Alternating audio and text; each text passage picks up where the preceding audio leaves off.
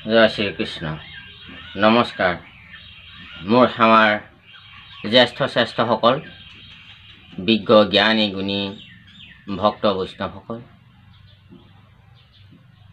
আৰু মোৰ সেৱাৰ বাপ বান্ধৱ আই মাতৃ সমস্ত, মোৰ প্ৰিয় বন্ধু বান্ধৱীসকল, আপোনাক সবালৈকে আমি এই অনুষ্ঠানৰ পৰা প্ৰণিপাত জনাইছোঁ।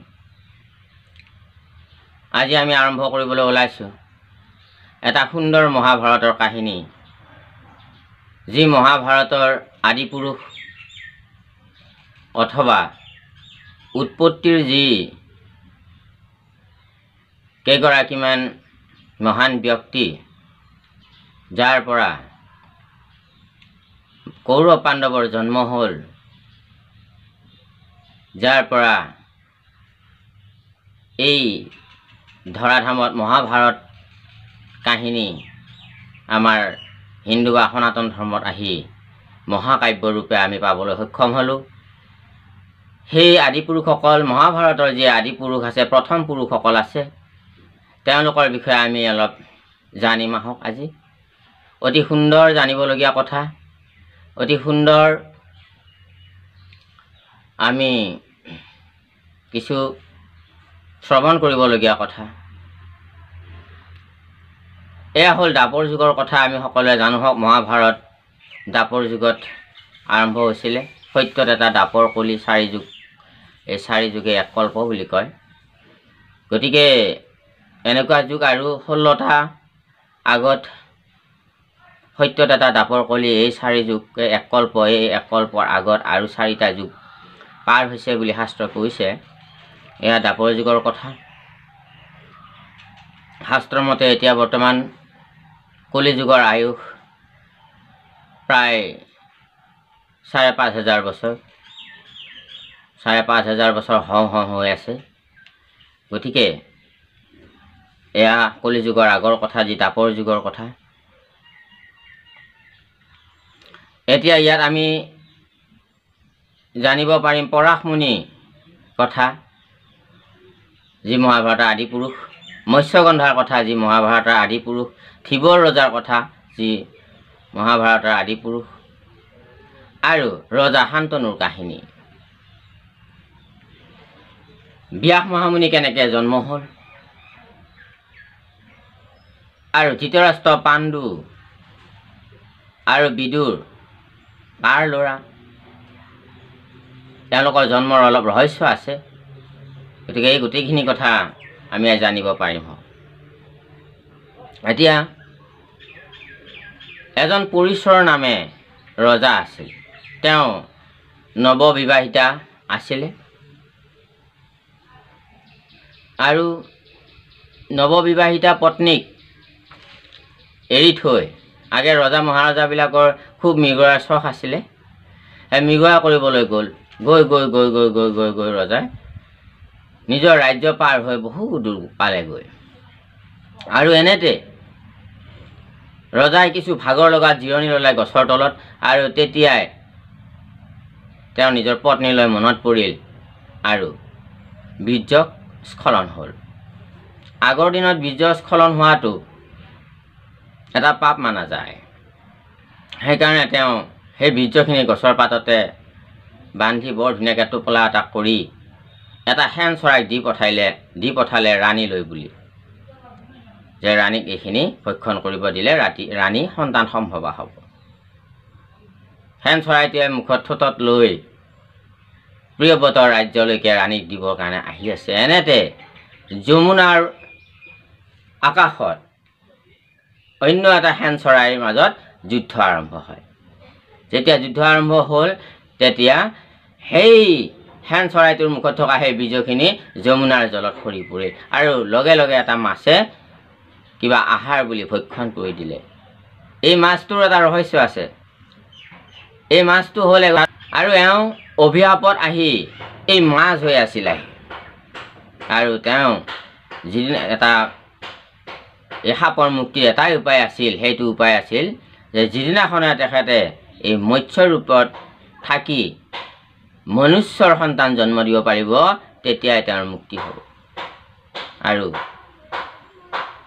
বিধিৰ বিধান সময়ে আহি সকলো কালে মিলাই সকলো সময় সকলো ঘটনা সকলো কাৰ্য সময়ে মিলাই দিয়ে কালে মিলাই দিয়ে গতিকে বিধিৰ বিধান মিলি গ'ল কৈৱৰ্ত তেওঁৰ সম্প্ৰদায়ৰ মানুহ আছিল তেওঁ মাছমৰীয়াসকলৰ ৰজা আছিল আৰু শিৱৰ ৰজাৰ মাছমৰীয়া কেইজন মানে এনেকৈ যমুনাৰ জলত মাছ মাৰিব আহে আৰু মাছ মাৰিব আহোঁতে দেখা পায় যে অতি সুন্দৰ মাছ এটা তেওঁলোকৰ জালত লাগিছে আৰু বৰ ডাঙৰ মাছ উঠাই লৈ আহিল আহি ঘৰলৈ লৈ আহিল মাছটো কাটিলে ভিতৰত দেখা পালে দুটা মনুষ্যৰ পোৱালি এটা পুৰুষ অৰ্থাৎ এজন ল'ৰা এজন ছোৱালী আৰু তেতিয়া পৰিচৰ ৰজাৰ ৰাজ্যলৈকে তেওঁলোকে লৈ গ'ল আৰু ৰজাক গৈ গোটেই কথাখিনি আগগুৰি মাৰি ক'লে গৈ আৰু ৰজা তেতিয়া চিন্তা কৰিলে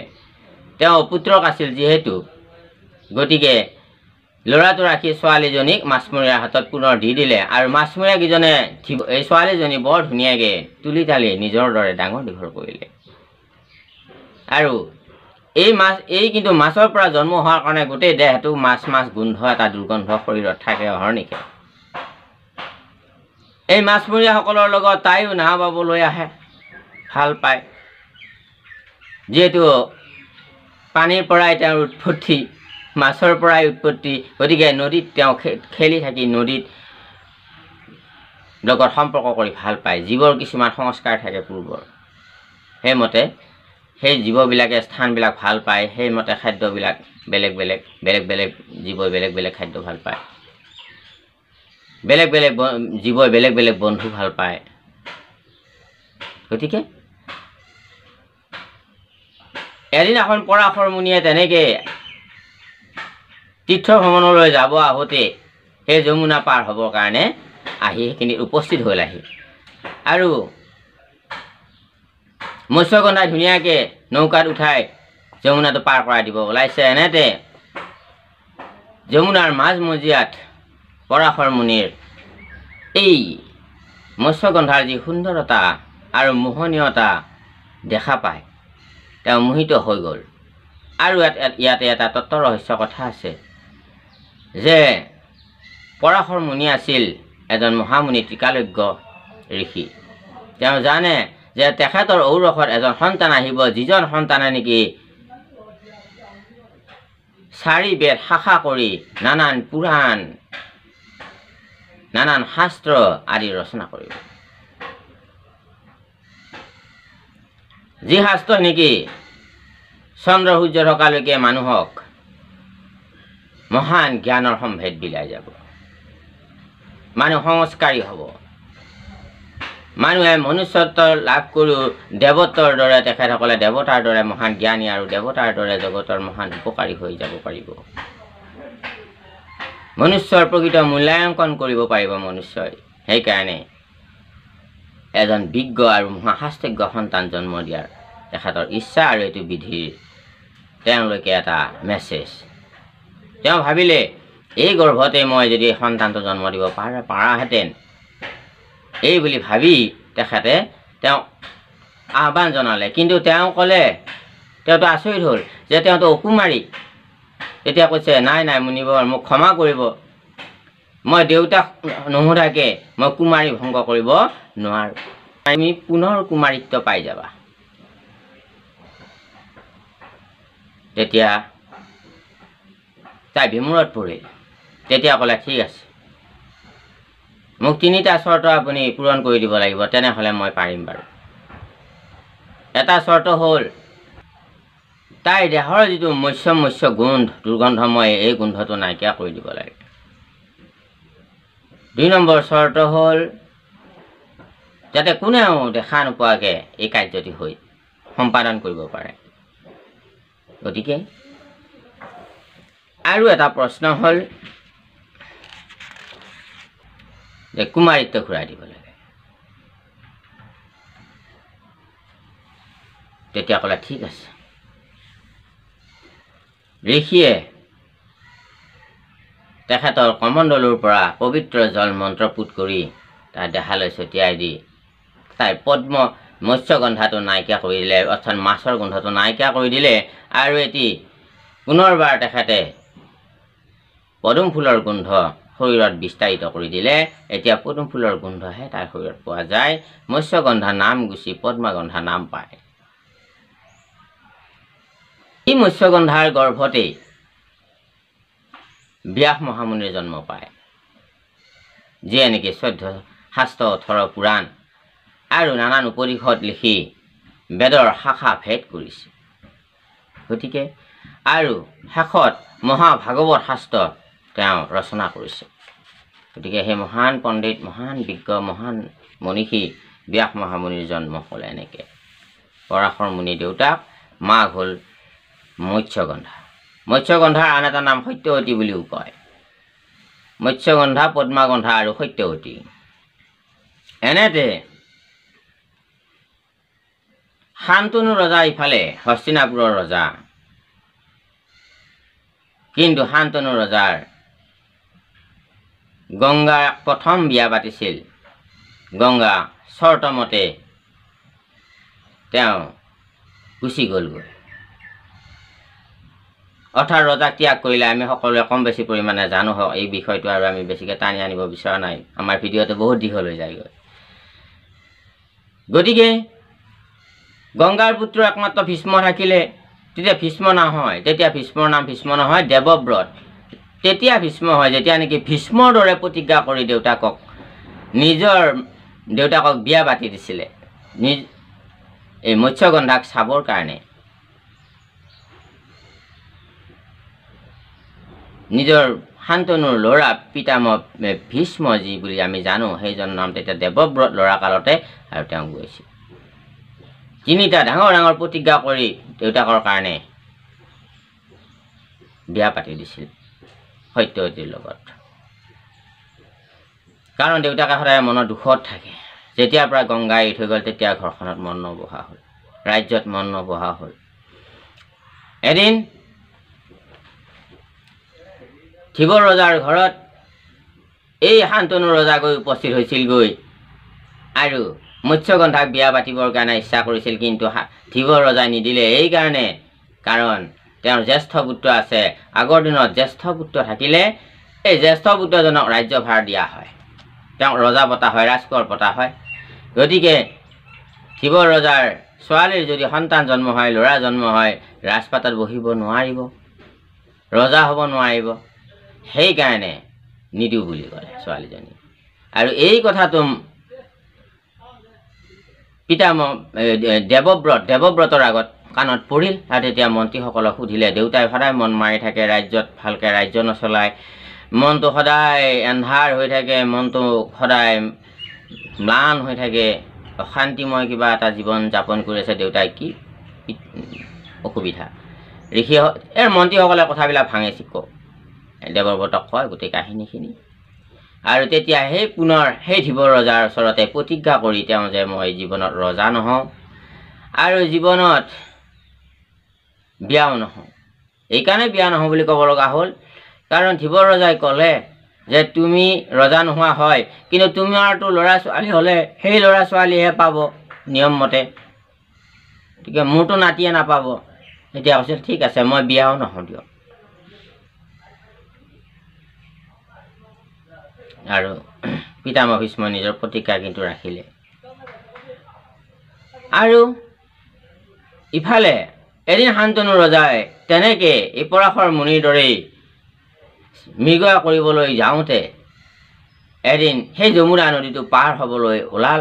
আৰু তাতেই সেই যমুনাৰ ঘাটতেই আপোনাৰ মৎস্যগন্ধাই নৌকা অনা নিয়া কৰি আছে, মানুহ অনা নিয়া কৰি আছে, মাছ মৰা কামত ব্যস্ত হৈ থাকে, মানুহকো পাৰ কৰায়।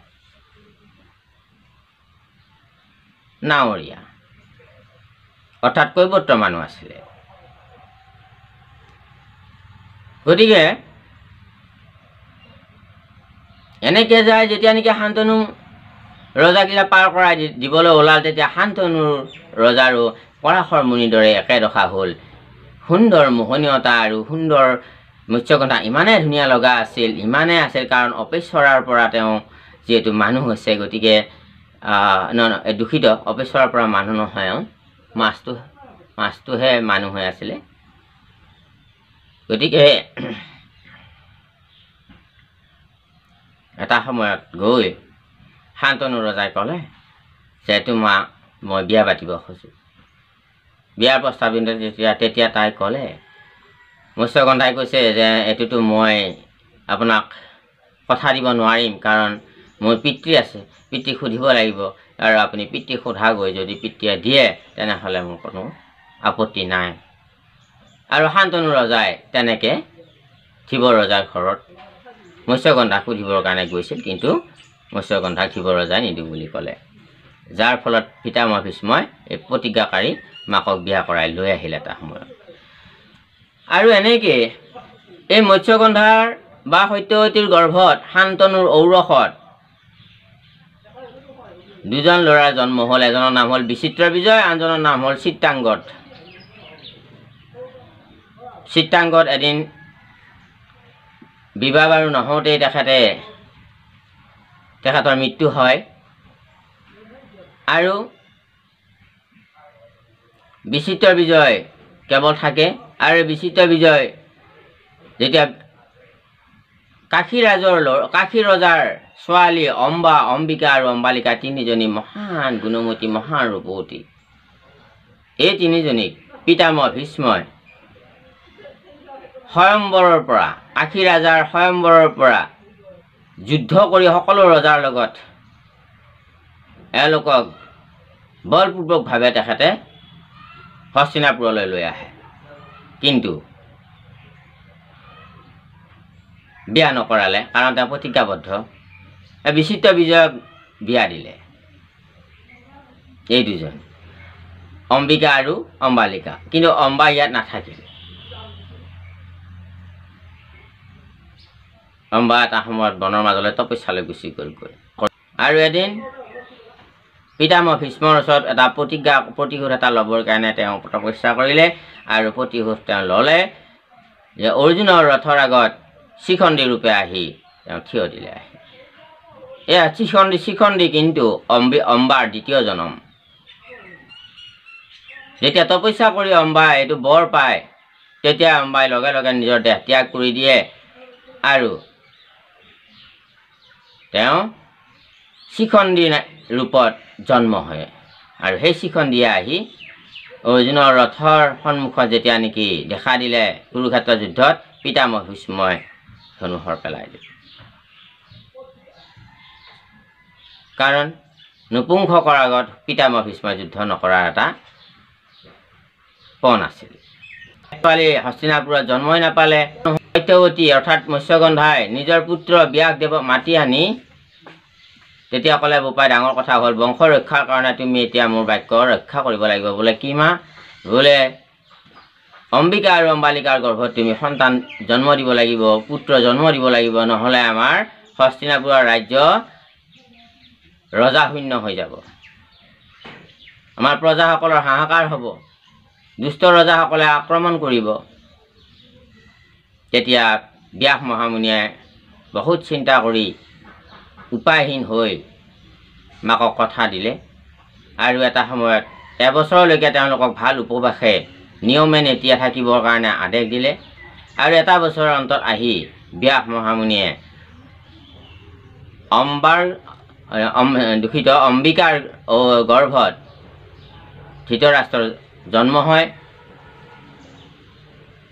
অম্বালিকাৰ গৰ্ভত পাণ্ডু জন্ম হয় আৰু এওঁলোক দুজনেই ব্যাস মহামুনিয়ে যেতিয়া নেকি গম পালে যে এওঁলোকে চিংগাৰ সময়ত গম পালে যে এওঁলোকৰ গৰ্ভত একেবাৰে সুন্দৰ সন্তান একেবাৰে নিখুঁত সন্তান জন্ম নহ'ব এজন দুৰ্বল হ'ব এজন অন্ধ হ'ব মাকক কথাটো জনোৱাত তেতিয়া মাকে এজনী দাসী আছিল তেওঁলোকৰ ঘৰত কাম কৰা তেওঁক পঠাই দিলে এওঁৰ গৰ্ভত হ'লেও এটা ভাল সন্তান তুমি জন্ম দিয়াৰ চেষ্টা কৰা যিয়ে নেকি আমাৰ হস্তিনাপুৰখন ৰক্ষা কৰিব পাৰিব আৰু সেই দাসীৰ গৰ্ভতেই ব্যাস মহামুনিয়ে ঔৰসৰ সেই দাসীৰ গৰ্ভত এজন মহাপুৰুষৰ জন্ম হৈছিল সেই মহাপুৰুষজনে হ'ল বিদুৰ এই বিদুৰ মাণ্ডব্য ঋষিৰ অভিশাপত আহি পৃথিৱীত মনুষ্য ৰূপে এই দুষ্টৰ ঘৰত আহি জন্ম হৈছে আহি বিদুৰ নাম লৈ।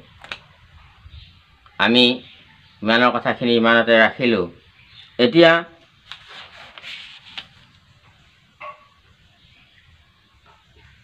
এই গোটেইখিনি কাহিনী হ'ল মহাভাৰতৰ আদি কাহিনী। গতিকে ধৃতৰাষ্ট্ৰৰ 100 পুত্ৰ জন্ম হয়, পাণ্ডুৰ 5 পুত্ৰ জন্ম হয়, যাক পাণ্ডৱ বুলি কোৱা যায়, আৰু পিতামহ আৰু বিদুৰ তেনেকৈ থাকি গ'ল। গতিকে এয়া হ'ল মহাভাৰতৰ গোটেইখিনি